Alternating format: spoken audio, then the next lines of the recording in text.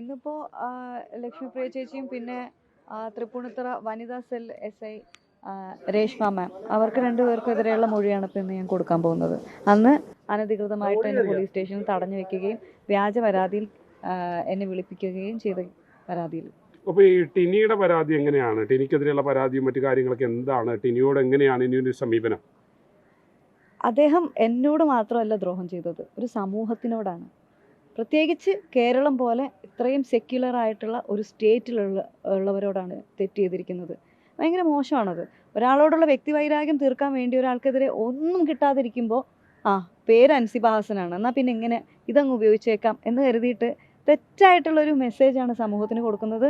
ഭാഗ്യവശാൽ കേരളത്തിലാണ് നമ്മളെല്ലാവരും ജീവിക്കുന്നത്. മലയാളികളെല്ലാവർക്കും കാര്യം മനസ്സിലായിട്ടുണ്ട്. അപ്പോൾ എന്തായാലും ആ ചെയ്തതിനോട് ഒരിക്കലും ന്യായീകരിക്കാൻ പറ്റില്ല. അതിനുള്ള ശിക്ഷ അദ്ദേഹം അനുഭവിച്ചേ പറ്റുള്ളൂ. തീർച്ചയായിട്ടും ഞാൻ പരാതിയായിട്ട് മുന്നോട്ട് പോകും. അതിനുള്ളൊരു കാരണം കൂടെ ഉണ്ട്. ഞാൻ അമ്മയിൽ ഓൾറെഡി പരാതി അയച്ചിട്ടുണ്ടായിരുന്നു. അപ്പോൾ പരാതി അയച്ചു കഴിഞ്ഞ് അവസാനം മീഡിയയുടെ പ്രഷർ കാരണമാണ് അമ്മയിൽ നിന്ന് പറയണത് കേൾക്കാം. അതിൻ്റെ മുന്നേ ഞാൻ പല പരാതികൾ കൊടുത്തിട്ടും ഈ കാര്യങ്ങളെല്ലാം പറഞ്ഞിട്ടും ആരും കേട്ടിട്ടില്ല. മീഡിയയുടെ പ്രഷർ കാരണം മാത്രമാണ് എന്നാൽ കേൾക്കാം എന്ന് പറഞ്ഞു. അപ്പം ഞാൻ പറഞ്ഞൊരു കാര്യം, ഇതേ കമ്മിറ്റി തന്നെ കേൾക്കാം എന്നാണ് പറയുന്നത്. അത് ഈ കമ്മിറ്റിയിൽ വിശ്വാസം ഇല്ലാത്തതുകൊണ്ട് അവിടുന്ന് റിസൈൻ ചെയ്ത് വന്ന ഒരാളാണ് ഞാൻ. റിസൈൻ ചെയ്തതിന് ശേഷമാണ് എനിക്ക് മീഡിയയിൽ ഇത് പറയാൻ പറ്റിയത്. അവിടെ ഇരുന്നുകൊണ്ട് എനിക്ക് പറയാൻ പറ്റില്ല. അപ്പം ഞാനിത് പറഞ്ഞു കഴിഞ്ഞതിന് ശേഷം ഇതേ കമ്മിറ്റിയുടെ മുമ്പാകെ ഞാൻ ഹാജരായി വീണ്ടും ഇതേപ്പറ്റി സംസാരിക്കണം എന്ന് പറഞ്ഞു കഴിഞ്ഞാൽ എന്നെ പരിഹസിക്കുന്നതിന് തുല്യമല്ലേ അത്? എനിക്കൊരു നീതിയും തരാത്ത ഇതേ കമ്മിറ്റിയുടെ മുന്നിൽ പോയിരുന്നിട്ട് ഞാൻ എന്ത് പറയാനാ? അല്ലെങ്കിൽ അവരെന്ത് കേൾക്കാനാ? എനിക്ക് വേണ്ടി എന്തെങ്കിലും ന്യായത്തിൻ്റെ കൂടെ ഇരിക്കുമോ? ഞാൻ ആരോപണം പറയുന്നത് ആർക്കെതിരെയാണ്?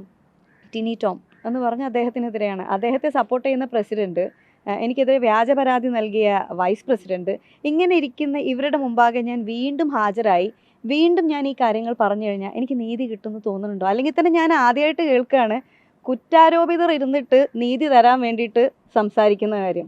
മറ്റാരെങ്കിലും ഇരുന്നല്ലേ സാധാരണ സംസാരിക്കുക ഒരു നീതി നടപ്പാക്കാൻ വേണ്ടിയിട്ട്. അപ്പം ഞാൻ ആകെ ആവശ്യപ്പെട്ടത് മറ്റൊരു സമിതിയെ വെക്കണം.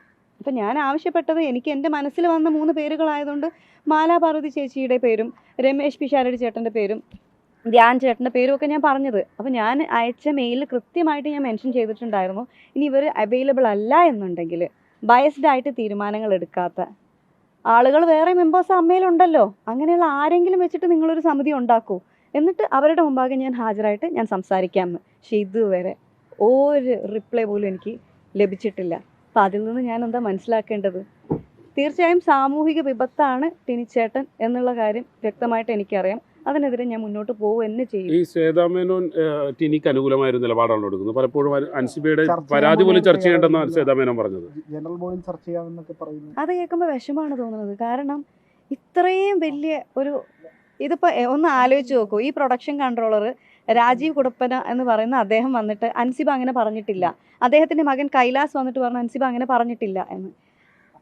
അവർ ഒരു സെക്കൻഡ് മാറ്റി പറഞ്ഞിരുന്നെങ്കിൽ രാജ്യദ്രോഹ കുറ്റത്തിന് ഞാൻ ജയിലിൽ കിടക്കേണ്ടി വരില്ലായിരുന്നു. അപ്പം അത് ഇവർക്കാർക്കും പ്രശ്നമുള്ള കാര്യമല്ലേ? ഇത്രയും വലിയ ക്രിമിനൽ പരിപാടികൾ ഇവരെല്ലാം ചെയ്തു വെച്ചിട്ട് ഞാനിത് സഹിച്ചോളണം എന്ന് പറയുന്നത് എന്ത് ന്യായമെന്ന് എനിക്ക് മനസ്സിലാവുന്നില്ല. അപ്പോൾ ഇത് ചെയ്യുന്ന ആളുകൾ ഒരിക്കലും നമ്മുടെ മുന്നിൽ, ഈ സൊസൈറ്റിയുടെ മുന്നിൽ ഞെളിഞ്ഞു നിന്ന് നല്ല ആളുകളാണെന്നുള്ളൊരു കപടമുഖത്തോടെ നിൽക്കാൻ പാടില്ല. അവരുടെ ആ കപടമുഖം താഴെ വീഴ് തന്നെ വേണം. ഇതുവരെ റിപ്ലൈ ഒന്നും വന്നിട്ടില്ല. അപ്പം അതുകൊണ്ട് പരാതിയുമായിട്ട് മുന്നോട്ട് പോകാമെന്ന് വിചാരിക്കുന്ന ഇദ്ദേഹമാണ് എൻ്റെ അഡ്വക്കേറ്റ്. അതെ അതെ. ഒപ്പം തന്നെ ഈ സാമ്പത്തിക ഇടപാടുകൾ ഉണ്ടായിരുന്നു. ഒരു കൈലാഷ് ഒരു മ്യൂസിക് ഷോ നടത്തിയിരുന്നു, 11 ലക്ഷം രൂപ അവിടെ കൊടുത്തിരുന്നു. സരയു ഭർത്താവിനെ കൊണ്ട് ഒരു AV ജയിച്ചിരുന്നു, 2.5 ലക്ഷം രൂപ കൊടുത്തിരുന്നു. ഇതൊക്കെ അൻസിബ അന്ന് ചോദ്യം ചെയ്തിരുന്നു കാര്യങ്ങളൊക്കെ. ചോദ്യം ചെയ്തിരുന്നു.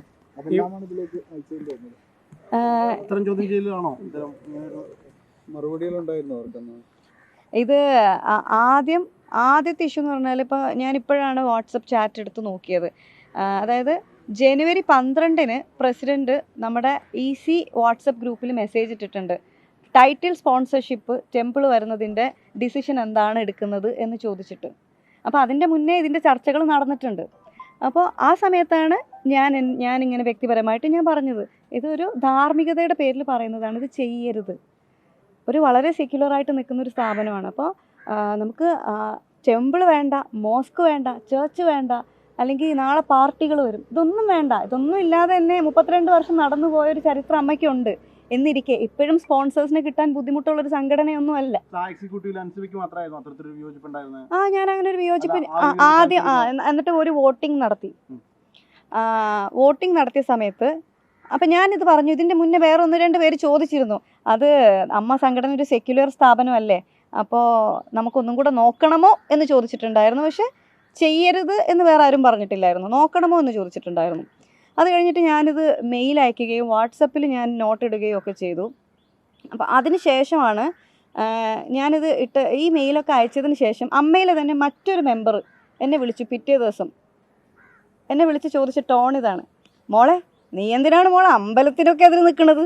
ഞാൻ സിനിമയിലൊക്കെ ഇങ്ങനെയുള്ള ഡയലോഗ് കേട്ടിട്ടുള്ളൂ. അപ്പോൾ ഞാൻ ചോദിച്ചു, ചേച്ചി എന്നെ ഭീഷണിപ്പെടുത്തുകയാണോ? ഞാൻ അമ്പലത്തിനും പള്ളിക്കും ക്രിസ്ത്യൻ ചർച്ചിനും ഒന്നും എതിര് നിൽക്കുന്ന ആളല്ല, എന്നെ അങ്ങനെ വർഗീയവാദിയാക്കാനുള്ള ശ്രമം നടത്തല്ലേ ചേച്ചി എന്ന് പറഞ്ഞു.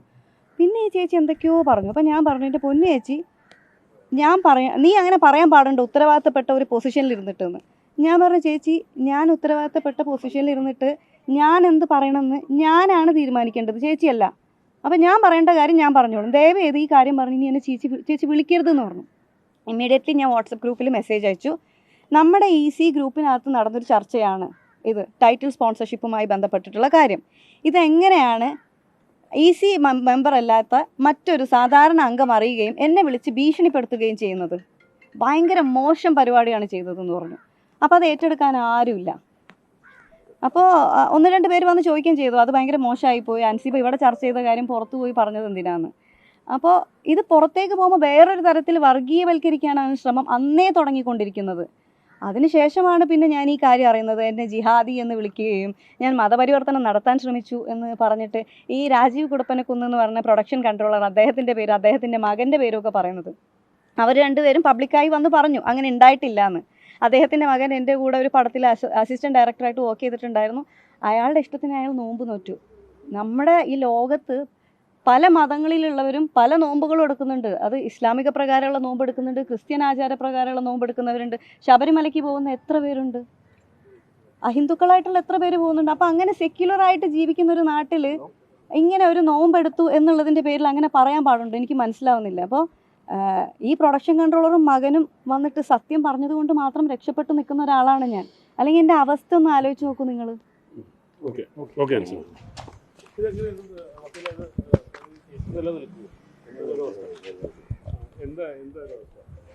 ഇപ്പോൾ നമ്മൾ ഓൾറെഡി ഇപ്പോൾ പോലീസ് സ്റ്റേഷനിൽ പരാതി കൊടുത്തതിൻ്റെ ഭാഗമായി, ചീഫ് മിനിസ്റ്റർക്ക് പരാതി കൊടുത്തതിൻ്റെ ഭാഗമായിട്ടാണ് ഇപ്പോൾ ഇന്ന് സ്റ്റേറ്റ്മെൻറ്റ് എടുക്കാൻ വേണ്ടി വിളിച്ചിരിക്കുന്നത്. സ്റ്റേറ്റ്മെൻറ്റ് എടുത്തിട്ട് അതിൻ്റെ നടപടികൾ എന്താണ് സ്വീകരിക്കുന്നതെന്ന് നമ്മൾ നോക്കിയതിന് ശേഷം അടുത്ത നടപടിയിലേക്ക് നമ്മൾ നാളെ മറ്റന്നൊക്കെ ആയിട്ട് കടക്കും.